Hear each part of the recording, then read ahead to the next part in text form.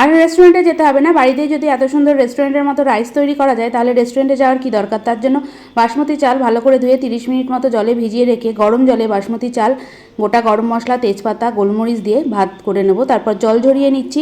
জল ঝরানোর পর একটা বাটিতে নিয়ে নেব 4 চামচ টক দই, 1 চামচ ধনে গুঁড়ো, 1 চামচ জিরে গুঁড়ো, 1 চামচ লঙ্কার গুঁড়ো, সামান্য পরিমাণ চিনি আর 2 চামচ গরম মশলার গুঁড়ো দিয়ে ভালো করে মিশিয়ে অল্প পরিমাণ জল দিয়ে দিলাম। এবার কড়াইয়ে পরিমাণ অনুযায়ী সাদা তেল দিয়ে দিলাম ঘি। তারপরে পেঁয়াজগুলো বেশ লাল করে ভেজে নিচ্ছি।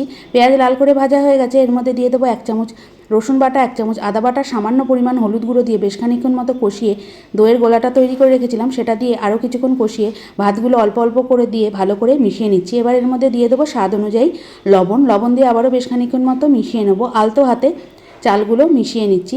চালগুলো ভালো করে মেশানোর পর ভাতটা সমান করে ওপর দিয়ে দেবো 1 চামচ গোলাপ জল, 1 চামচ কেওড়া ওয়াটার আর 1 ফোঁটা মিঠা আতর দেওয়ার পর ঢাকনা দিয়ে ঢেকে প্রায় 10 মিনিট মতো সিম আঁচে রেখে দেবো।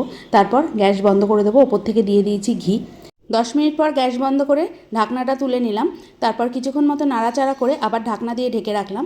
এরপর সার্ভ করছি। তাহলে তৈরি হয়ে গেল ঝরঝরে খুস্কা রাইস। আশা করছি রেসিপিটা ভালো লাগলো। দেখা হবে অন্য কোনো নতুন রান্না নিয়ে।